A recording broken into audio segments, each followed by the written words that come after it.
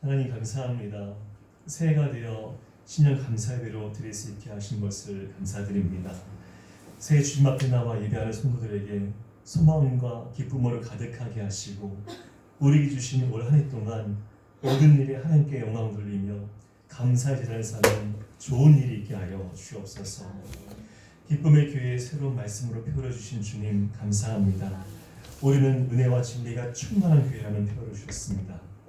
예수님 안에서 더 풍성한 은혜로 충만케 하시고 진리의 말씀으로 우리의 삶을 채워 구원의 기쁨과 감격으로 살아가게 하여 주옵소서. 나라 민족을 위해서 기도합니다. 대통령과 세우신 위정자를 통해 나라가 안정이 되게 하시고 국민이 행복한 이 땅이 될 수 있도록 역사하여 주옵소서. 이 땅의 교회들이 나라를 위해서 기도할 때에 하나님의 지혜를 이끄는 나라가 되게 하시고 복음의 능력으로 평안을 누리는 복된 나라가 되게 하여 주옵소서. 북한 땅을 긍휼히 여겨 주옵시고 이 땅에 다시는 전쟁이 일어나지 않도록 보호하여 주옵소서. 성도들의 가정과 자녀 하나님께서 허락하신 대로 축복하며 기도합니다. 우리 가정의 주인 되신 주님이 천국의 평안을 주시며 화목한 가정이 되게 하시고 자녀들에게는 하나님을 아는 지혜와 지식이 있어 오직 하나님의 은혜로 인도를 받는 형통한 자녀들이 되게 하여 주옵소서. 하나님을 사랑하며 교회를 사랑하고 몸과 마음으로 헌신하는 성도들이 있습니다.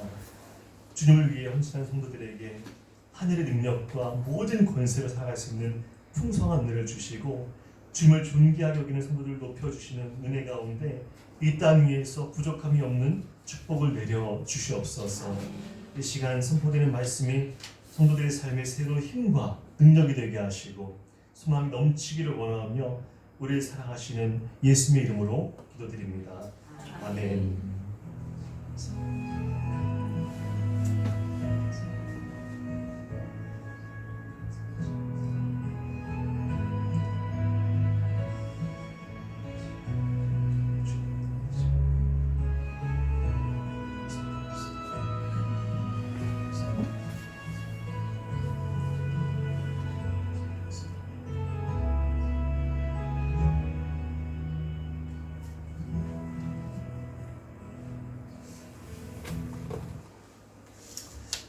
오늘 말씀을 함께 보겠습니다. 함께 일어나셔서 성경을 봉독하겠습니다.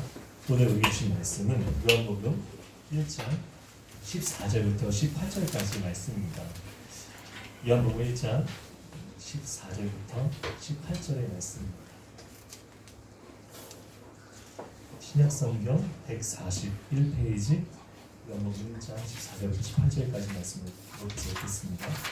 말씀이 육신이 되어 우리 가운데 거하시되 우리가 그의 영광을 보니 아버지의 독생자 영광이요 은혜와 진리가 충만하더라. 요한이 그에 대하여 정하여 외쳐이르되 내가 전에 말하기를 내 뒤에 오시는 이가 나보다 앞선 것은 나보다 먼저 계시니라 하는 것이 무슨 사람을 가리키냐 하느니라. 우리가 다 그의 충만한 데서 받으니 은혜 위에 은혜로라. 율법은 모세로 말미암아 주어진 것이요 은혜와 진리는 예수 그리스도로 말미암아 온 것이라. 18절 함께 읽겠습니다. 본래 하나님을 본 사람이 없으되 아버지 품속에 있는 독생하신 하나님이 나타내셨느니라. 아멘. 자리에 앉으시겠습니다. 오늘 새해 첫 주일 신년 감사 예배에 오시는 걸 축복합니다. 우리 함께 인사하겠습니다. 예수님을 축복합니다. 축복합니다. 오늘도 예배하는 우리 여러분에게 하나님의 은혜와 사랑이 함께 하시기를 축복합니다. 오늘은 성육하신 예수 그리스도의 사랑이라는 제목으로 오늘 말씀을 함께 나누도록 하겠습니다. 요한복음을 쓴 사도 요한은 오늘 본문에서 하나님의 신비하고 놀라운 성육신의 사랑을 증언하고 있습니다. 하나님의 성육신의 사랑은 어떤 사랑을 말씀을 하고 있는 것일까요? 첫 번째로 이 성육신의 사랑은 그와 같이 되는 것입니다.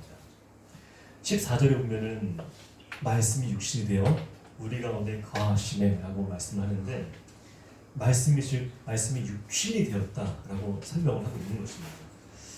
그렇다면 여기서 말씀하고 있는 이 말씀은 누구를 가리키는 것일까요? 요한복음 1장 1절에 보면은 이 말씀에 대해서 이렇게 설명을 합니다. 태초에 말씀이 계신다. 이 말씀이 하나님과 함께 계셨으니 이 말씀은 곧 하나님이시니라. 그러니까 이 말씀은 태초부터 계셨는데 태초란 만물이 창조되기 이전의 상태를 이야기하는 것이고 그 시간 가운데서 이 말씀이 이미 하나님과 함께 계셨고 이 말씀이 육신이 되었다 이렇게 이야기하는 것입니다. 이 말씀이 육신이라는 것은 되었다는 것은 바로 예수님을 가리키는 것입니다.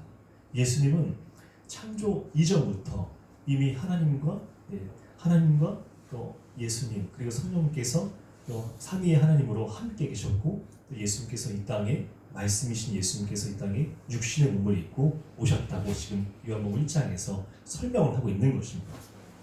다시 말하면 태초에 말씀을 계셨던 성자 하나님께서 육체를 가진 사람이 되었다라고 하는 것입니다. 여러분 이해가 되시나요? 네.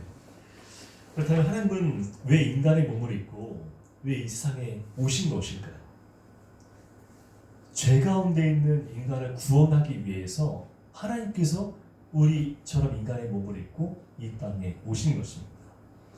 물속에 빠져있는 사람을 구원하기 위해서는 건지기 위해서는 물속에 들어가야 하듯이 하나님은 우리의 죄와 그 허물 가운데서 우리를 용서하시고 구원하기 위해서 사람이 되신 것입니다. 이것이 바로 성육신의 사랑을 말씀을 하고 있는 것입니다. 생각해보면 하나님은 우리를 창조하신 창조주 하나님이시고 또 우리는 피조물인데 하나님께서 신이신 하나님께서 우리의 인간의 몸 안에 들어왔다는 것이 얼마나 어떻게 보면 얼마나 갑갑하고 얼마나 제한적이고 얼마나 그것이 얼마나 어려웠을까라는 생각을 해보게 됩니다. 여러분 사랑한다는 것은 그 대상과 같이 되는 것을 말하는 것입니다. 옛날 하와이의 한 섬인 모로카이 섬은 이 나병 환자들만 모여서 살던 섬이었습니다. 그런데 어느 날 벨기에에서 다미안이라는 신부님이 찾아오셔서 전도를 하기 시작했습니다. 이제 그가 온몸이 썩어져가는 그 나병 환자들 앞에서 복음을 전했는데 이 나병 환자들은 그 복음 앞에서 비웃었습니다. 그러면서 이렇게 이야기를 했습니다.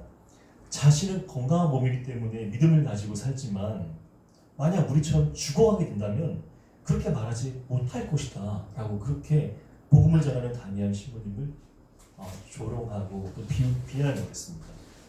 전도를 보니 그렇게 굳게 닫혀버렸는데 고민이 쌓여있던 이 다미안 신부님은 어느 날 성전에 나가서 하나님께 이렇게 기도를 했습니다. 주님, 제가 나병 환자가 되어야 하겠습니다. 그래서 저들에게 주님의 복음을 전하여서 불쌍한 저들의 영혼을 살릴 수 있게 하여 주옵소서. 그 다니엘 신부님은 자기 몸에 일부러 상처를 낸 다음에 나병 환자들과 접촉하는 가운데 감염이 되어서 나병 환자가 되었습니다. 다니엘 신부님은 감각이 점점 무뎌지고 또 눈썹이 빠지고 이제 손가락 마디가 떨어져 나가면서 나병 환자의 모습으로서 복음을 전하게 되었습니다. 신부님의 이 복음을 들은 수많은 나병 환자들은 깊은 감동을 받고 회개의 운동이 일어났다고 합니다. 이 모습은 나병 환자들의 영혼을 구원하기 위한 이 다미안 신부님의 사랑이었고 희생의 모습이었습니다. 마찬가지로 예수님의 성육신은 죄로 인해 죽을 수밖에 없는 우리를 사랑하셔서 구원하기 위한 희생적인 사랑의 모습을 보여주고 계신 것입니다. 예수님은 하나님의 그 영광스러운 자리를 포기하시고 우리와 같은 사람이 되셨습니다. 빌립보서 2장 6절과 8절에 보면은 그런 예수님에 대해서 이렇게 말씀을 하고 있습니다. 그는 근본 하나님의 본체시나 하나님과 동등됨을 취할 것으로 여기지 아니하시고 오히려 자기를 비워 종의 형체를 가지사 사람들과 같이 되셨고 사람의 모양으로 나타나사 자기를 낮추시고 죽기까지 복종하셨으니 곧 십자가에 죽으심이라. 하나님은 우리를 위해서 사람이 되셨는데 그분은 바로 예수님입니다. 그런데 예수님은 단지 사람만이 되신 것이 아니라 우리의 죄를 대신 지고 십자가에 죄인까지 되시면서 십자가에 달려 죽으신 것입니다. 요한복음을 쓴 사도 요한은 창조주 하나님이 사람이 되시고 죄인이 되셔서 십자가에서 피 흘리는 그 모습을 그 현장에서 똑똑히 요한은 보았습니다. 그래서 요한은 예수님의 그 모습을 생각하고 묵상할 때마다 눈물이 흐르지 않을 수가 없었습니다. 여러분, 우리도 우리에게로 오신 예수님을 통해서 우리와 같은 모습이신 예수님의 그 사랑을 특별히 우리 기쁨의 교회 안에서 깊이 체험하시고 느끼시기를 예수 이름으로 축원을 드립니다. 두 번째로 성육신의 사랑은 그와 함께 사는 것입니다. 다시 14절의 말씀을 보면은 말씀이 육신이 되어 우리 가운데 거하신다고 했는데 우리 가운데 거하신다고 하는 뜻은 장막을 친다. 그 원어의 뜻은 장막을 친다, 장막에 산다라는 그런 뜻을 말씀하고 있는 것입니다. 즉 이 의미는 우리가 살고 있는 이 세상에 거룩하신 하나님이 함께 하신다는 것입니다. 하나님이 멀리만 계시고 높이 계시고 보이지 않는 그런 하나님이 아니라 우리와 함께 계시는 그 예수님을 통해서 하나님이 함께 계신 것을 말씀해주고 보여주고 있다는 것입니다. 예수님은 이 땅에서 사람들과 함께 사시면서 일부러 가난해지셨고 그리고 인생의 고통과 슬픔과 그 고난을 다 겪으셨습니다. 그래서 히브리서 4장 15절에 보면은 예수님에 대해서 이렇게 말씀을 합니다. 우리에게 있는 대제사장은 우리 연약함을 동정하지 못하실 리가 아니요 모든 일에 우리가 똑같이 시험을 받으시는 이로되 죄는 없으시니라. 너무나 정확하게 말씀하고 있습니다. 저는 이 말씀을 읽을 때마다 얼마나 위로가 되고 얼마나 감사한 줄 모릅니다.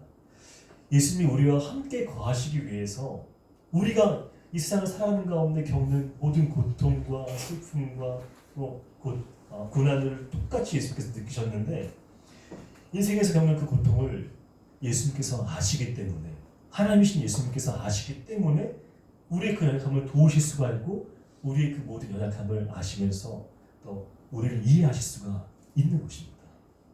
여러분, 이런 하나님, 이런 예수님이 우리 곁에 계신다는 것이 얼마나 기쁘고 감사한 일이 아니겠습니까? 주님이 멀리 계신 분이 아니라 우리의 모든 순간순간들을 다 아시고 이해하시는 그런 우리 곁에 계신 분이라는 사실을 여러분 날마다 기억하시기를 바랍니다. 성육신 하신 예수님은 사람들과 함께 사시면서 함께 슬퍼도 하시고 또 함께 울기도 하셨습니다. 나사로가 병들어 죽었을 때 그 마리아가 우는 것을 보시고 예수님도 같이 눈물을 흘리셨습니다. 그리고 사람들에게 손가락질 받는 수가성 여인, 그 여인이 사람들 피해서 물을 뜨고 정말 어렵고 비참한 인생을 살고 있었지만 그런 여인에게도 예수님이 함께 해주시면서 위로를 주시고 소망을 주셨습니다. 여러분, 사랑은 함께 웃고 함께 우는 것입니다. 그 사랑은 고통과 슬픔과 기쁨을 함께 나누는 것입니다. 우리를 사랑하시는 예수님은 우리를 사랑하셔서 우리 가운데 함께 지금 이 순간 함께 거하고 계십니다. 그리고 우리 기쁨의 교회는 예수님이 우리를 위해 이곳에 거하시면서 지금 이 순간 함께 하신다는 사실을 믿습니다. 여러분, 하나님의 사랑이 예수님을 통해서 이곳에 함께하고 계신 것에 대해서 감사를 드리고 또 우리가 오직 주님 안에 있음을 확신하시기를 바랍니다. 마지막 세 번째로 성육신의 사랑은 은혜와 진리가 충만하였다는 것입니다. 우리 요한복음 1장 14절의 말씀을 다시 한번 같이 한번 읽어보도록 하겠습니다. 1장 14절의 말씀입니다. 시작. 말씀이 육신이 되어 우리 가운데 거하시매 우리가 그의 영광을 보니 아버지의 독생자의 영광이요 은혜와 진리가 충만하더라. 아멘. 여러분, 은혜라는 것은 무엇일까요? 은혜. 뭐가 은혜일까요? 어떤 걸 우리가 은혜라고 이야기를 할 수가 있을까요? 은혜라는 것은 받을 자격이 없는데 그것을 그냥 받는 것이 은혜인 것입니다. 여러분, 우리는 진짜 이 은혜를 은혜로 여길 수 있어야 합니다. 쉽게 얘기하면 법대로 하면 벌을 받아야 할 사람이 벌을 면제받는 것이 은혜이고 또 감옥에 가야 하는 사람이 감옥에 가는 대신에 자유함을 얻게 되는 것이 바로 은혜입니다. 그리고 또 하나님의 법대로 하면 율법대로 하면 지옥에 가야 하는 사람이 우리 모두가 지옥 대신 천국으로 갈 수 있도록 우리가 그렇게 우리가 의롭다라고 말씀하시는 하나님의 그 사랑이 바로 우리에게는 은혜라고 얘기를 할 수 있는 것입니다. 예수님은 우리에게 이 은혜를 베풀어 주시기 위해서 오셨고 우리는 이 은혜 때문에 구원함을 받게 되었습니다. 여러분 이 구원의 확신을 가지시기를 축복합니다. 그래서 이미 우리에게 이 주님의 은혜가 충만하게 임했는데 본문 16절에 보면은 은혜 위에 은혜여라 라고 말씀하고 있습니다. 은혜 위에 은혜가 있다. 16절 말씀의 전체를 읽어보면 우리가 다 그의 충만한 데서 받으니 은혜 위에 은혜여라 라고 말씀하고 있습니다. 하나님의 은혜는 마치 파도가 치는 것 같습니다. 파도가 이렇게 쫙 밀려오면 한 번으로 끝나는 것이 아니라 그 파도가 부서 없어질 때쯤이면 또 파도가 밀려면서 그 작은 파도를 큰 파도가 덮으면서 마치 은혜 위에 은혜가 임하는 것처럼 우리 삶 가운데 주의 은혜가 그렇게 임한다는 것입니다. 하나님의 은혜는 예수님 안에서 멈추지 않고 어제보다 더 크고 놀라운 새로운 은혜로 풍성하게 우리 삶에 채워주십니다. 예수님은 만나는 모든 사람들에게 이런 은혜를 베풀어 주셨습니다. 가늠하던 현장에서 붙잡힌 여인에게 너의 죄가 사하리다 라고 말씀하셨고 또 예수님이 십자가 다니실 때 오른편에 있는 강도에게는 내가 오늘 나와 함께 낙원에 있을 것이다 라는 그런 놀라운 그런 은혜의 말씀을 선포해 주셨습니다. 그 강도는 그 로마의 어떤 십자가의 그 사형 제도 가운데서 죽을 수밖에 없는 그런 중죄인이었기 때문에 당연히 죽는 것이 마땅했지만 예수님을 믿는 그 믿음, 그 예수님께서 우리를 구원하실 분이라는 사실을 믿고 그 고백하는 순간에 구원을 받게 되었습니다. 그래서 이 세상에서 제일 빨리 구원받은 사람은 예수님 십자가에 붙어있던 그 바로 강도였다는 사실을 우리는 알 수가 있습니다. 스데반을 또한 불로 쳐 죽인 박해자 사울이죠. 이 사울이 율법대로 하면은 죽어야만 하는데 불구하고 그 사울을 예수님께서 은혜로 구원해 주시고 또 어떻게 사용하셨냐? 전도자이자 사도로서 이방인을 위한 사도로서 이 사울을 바울로서 사용을 하셨습니다. 그래서 사도 바울이 고백하는 것이 무엇이냐면은 이런 이야기를 합니다. 나의 나된 것은 다 하나님의 은혜라. 여러분 은혜는 자격이 없는 나에게 정말 자격이 없지만 나에게 이렇게 해주신 것이 정말 은혜라는 것을 고백하는 것이 진짜 은혜인 것입니다. 근데 여기서 한 가지 우리가 한 질문을 생각해 볼 수가 있는데요. 그러면 은혜면 무조건 다 되는 것이냐? 여러분 은혜면 다 되는 것일까요? 그냥 단순히 은혜로서만이면 다 되는 것일까?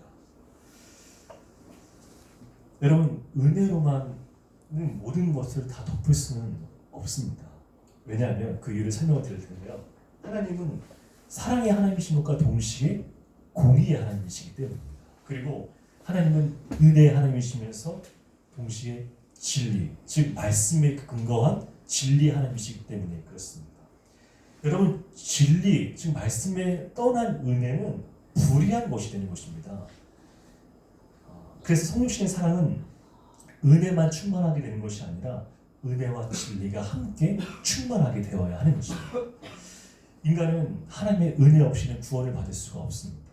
왜냐하면 인간은 모두 다 해 아래 있는 모든 인간은 다 죄인이기 때문입니다. 지금 태어나는 그런 아기들도 다 죄를 갖고 있습니다. 죄성을 갖고 있는 것이죠. 왜냐하면 아담으로부터 원죄가 흘러내려왔기 때문에 모든 사람들에게는 다 이 죄가 있는 것입니다. 제가 저희 그 아이를 키우면서 정말 천사 같고 정말 얘는 죄가 없을 거야 라고 생각이 들었지만 이 아이에게도 죄가 있다라고 생각이 들었을 때가 언제였냐면은 이 아이가 조금씩 커가면서 손에서 움켜질 때 놓지를 않는 거예요. 딱 뭔가를 잡으면은 놓지를 않습니다. 여러분 사람은 움켜쥐려고 합니다. 사람은 욕심이 있고 다 자기 것을 취하려는 어떤 욕망과 욕구를 가지고 있습니다. 그래서 우리 안에 이런 죄성이 있기 때문에 우리는 항상 움켜쥐려고 하고 놓지 않는 이런 것이 있습니다. 이런 것이 아이들에게도 있다는 것이에요. 우리 아이들에게도 죄성이 있기 때문에 우리 아이들도 하나님 앞에 믿음으로써 용서를 받고 특별히 또 유아세를 베푸는 이유도 그런 이유 가운데 있습니다. 유아세를 통해서 죄 용서를 받았다는 것을 선포하고 예수님의 은혜가 이 아이와 함께한다는 것을 또 베푸는 것이 바로 유아 세례인 목적이기도 하는 것입니다. 인간은 하나님의 은혜 없이는 구원을 받을 수가 없습니다. 왜냐하면 인간은 율법을 어긴 죄인이기 때문입니다. 우리가 예수를 믿고 가장 힘든 것은 뭐냐면은 바로 내가 죄인이라는 사실을 인정하는 것이 너무나 힘든 것입니다. 여러분에게 죄인이라고 얘기하면 여러분 쉽게 그것을 받아들일 수가 있겠습니까? 예수를 믿고 당신 안에 있는 죄를 회개하고 용서만 받아야 합니다. 예수님은 당신을 위해서 그 용서를 하기 위해서 십자가에서 죽으셨습니다. 라고 이제 말씀을 배우기도 하고 말씀을 듣기도 하는데 그것을 인정하기 너무나 쉽지가 않다는 것이에요. 근데 우리는 다 죄인입니다. 이미 하나님의 말씀을 어긴 다 죄인이고 다 죄성을 갖고 있는 그런 사람입니다. 그래서 모세로 말미암아 주어진 율법만 갖고 있다면 구원받을 사람이 아무도 없는 것입니다. 사도 바울은 로마 3장 20절에서 이렇게 말씀합니다. 그러므로 율법의 행위로 그의 앞에 즉 하나님 앞에 의롭다 하심을 얻을 육체가 없나니 율법으로는 죄를 깨달음이니라 라고 말씀하고 있습니다. 예수님은 우리가 율법을 지킬 수 없을 뿐만 아니라 율법으로 죄 용서를 받고 또 의로워질 수가 없는 것을 아셨기 때문에 모세에게 주신 그 율법 대신에 은혜와 진리를 보여주시려고 직접 우리에게 오신 것입니다. 예수님께서 바리새인들과 그 유대인 믿지 않는 유대인들을 책망하신 이유는 무엇일까요? 자기들은 율법을 지키지 못하면서 사람들에게 그 율법을 계속 지워주는 것이에요. 율법을 지켜야 한다. 그 자기는 마치 그 율법을 다 지키는 것처럼 613가지의 율법의 조항들을 다 지키는 것처럼 그렇게 살고 있지만 예수님께서 그 바리새인들과 서기관들을 향해서 뭐라고 말씀하십니까? 외식하는 자들아 라고 말씀하지 않습니까? 회칠한 무덤과 같은 자들이라고 말씀합니다. 회칠한 무덤이 어떤 것을 말씀하는 것이냐면 그 이스라엘의 무덤에 보면은 이렇게 회를 칠해서 정말 반짝반짝 깨끗하게 이렇게 겉으로 보기에는 그렇게 무덤의 모양을 이렇게 지었는데 그러나 그 안에는 썩은 식체들이 있고 그 안에서는 썩은 냄새가 진동을 한다는 것입니다. 예수님은 율법을 지키지 못하는 바리새인과 서기관들, 외식하는 그런 사람들에게 너희들이 그렇게 율법을 지키지 못하면서 누구에게 율법의 무거운 짐을 지우느냐라는 그런 책망을 하셨습니다. 여러분, 우리는 율법의 행위로 구원받을 수가 없습니다. 그런데 때로는 우리가 하나님의 어떤 율법, 즉 말씀과 어떤 계명을 잘 지키면은 뭔가 내가 좀 더 의로워진 것 같고, 뭔가 내가 좀 더 선하게 산 것 같고, 하나님 보시기에 좀 뭔가 좀 더 나아 보이는 그런 생각을 가지기도 합니다. 그런데 물론 우리가 어떤 구원받은 은혜로서 변화된 삶의 모습이 그런 행위로서 나타나는 것은 물론 맞는 것이지만 그 이전에 복음이라는 것은 우리가 예수 그리스도를 믿음으로써 우리가 구원을 받았고 율법으로 구원받는 것이 아니라 오직 믿음으로써 우리가 온전해지고 우리 모든 죄가 사해졌다는 사실을 우리는 먼저 기초로서 알고 그것을 깨달을 수가 있어야 하는 것입니다. 그래서 본문 17절에 보면은 율법은 모세로 말미암아 주어진 것이요 은혜와 진리는 예수 그리스도로 말미암아 온 것이라. 구약 시대에서는 이 모세 율법 가운데 매여 있었지만 신약에서는 예수님께서 오심으로써 더 이상 율법의 종노릇하고 매여 있는 삶이 아니라 이제는 예수님 때문에 은혜와 진리 안에서 자유롭게 되었다라고 말씀을 하는 것입니다. 그래서 사실 근데 이 은혜와 진리라는 이 말씀을 보면은 사실 은혜와 진리라는 것은 좀 충돌이 되는 면이 있습니다. 왜냐하면 진리라는 것은 공의 편에 서서 이 불의한 것을 용납하지를 않기 때문입니다. 그래서 하나님은 어떻게 하면 이 율법 앞에서 이 죄인들을 은혜로 구원을 하면서 또 진리를 거스르지 않게 할 수 있을까라는 고민을 하셨습니다. 그런데 하나님께서 그 고민의 해결의 정답을 찾으셨는데 그것은 바로 예수 그리스도의 십자가를 통해서 이 문제를 해결하는 것이었습니다. 그러니까 예수님이 우리의 죄를 대신 지고 십자가에서 죽는 그 죽음 때문에 사랑과 공의, 은혜와 진리를 동시에 충족을 시키면서 서로 부딪히지 않도록 하나님의 그 속성에 위배가 되지 않도록 이 모든 것들을 다 십자가의 은혜로서 다 이 모든 것들을 해결하셨다는 것입니다. 다시 말해서 예수님은 율법대로 또 하나님의 그 율법대로 또 공의대로 이 죄값을 다 치르신 것입니다. 그리고 그 은혜를 믿음으로써 받아들인 사람에게는 구원이라는 은혜를 얻게 하신 것입니다. 네, 사랑하는 여러분, 우리 안에 이 은혜와 진리가 충만해서 성육신하신 예수 그리스도의 사랑이 또 우리를 구원했음을 믿는 저와 여러분 되시기를 축원합니다. 오늘 우리가 우리 교회의 또 표현되는 말씀을 가지고 성육신, 즉 예수 그리스도 주님께서 우리에게 오신 그 사랑에 대해서 말씀을 함께 살펴봤습니다. 이 말씀이 다소 어려운 감이 없지는 않지만 우리는 평생을 두고 이 성육신의 사랑을 묵상하는 가운데 깨달을 수가 있어야 하는 것입니다. 그리고 우리가 우리 교회가 예수님과 함께 주님 그 안에서 하나님의 사랑하심 가운데 날마다 은혜가 충만해지고 또 진리로 충만해져서 아버지의 영광을 볼 수 있는 교회가 되어야 할 줄로 믿습니다. 올 한 해 우리 안에 거하시는 예수님을 통해서 우리가 은혜로 더 새로워지고 또 진리의 말씀 안에 거하는 저와 여러분과 우리 기쁨의 교회가 되기를 예수의 이름으로 축원을 드립니다. 아멘.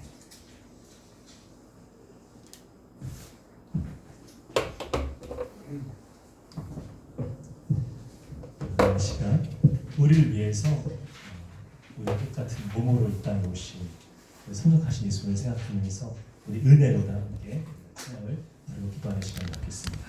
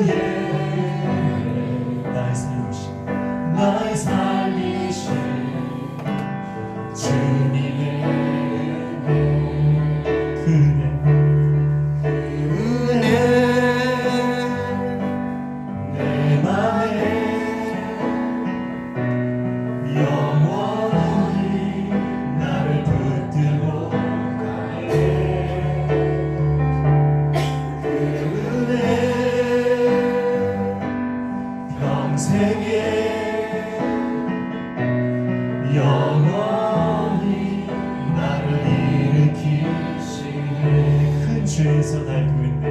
큰 죄에서 날 구했네. 한량 없는 주님의 은혜라. 아들 피로 날 살렸네.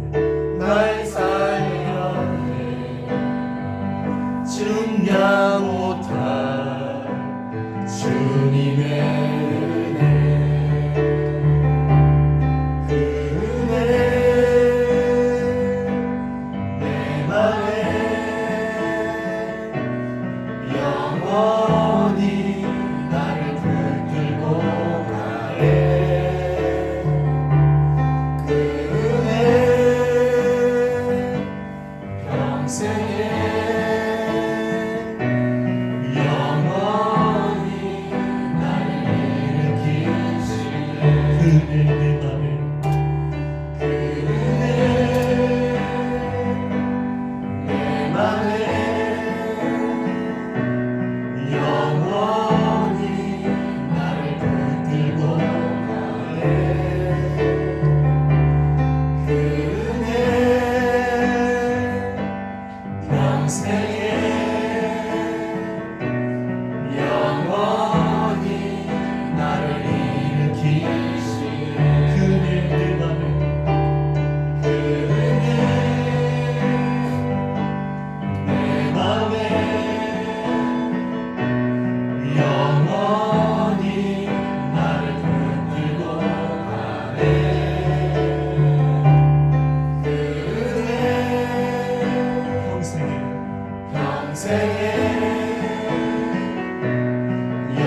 영원히 나를 일으키시네.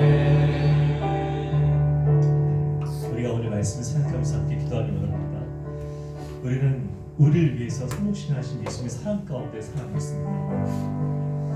기쁨의 교회가 예수 주시는 은혜로 더 새로워지고 또 진리의 말씀으로 충만해져서 은혜와 진리가 충만한 교회가 될 수 있도록 우리 말씀을 생각하면서 함께 기도하겠습니다. 하나님 감사합니다. 아버지 우리 사랑하시는 주의 사랑이 우리 가운데 나타나서 우리를 함께 해주시는 것 감사합니다. 아버지 우리를 사랑하시고 우리를 충분히 사랑하시고 십자가의 은혜를 행하시는 분을 감사합니다. 하나님은 우리를 사랑하시는 분을 우리 땅에 예수님을 보내주셨습니다.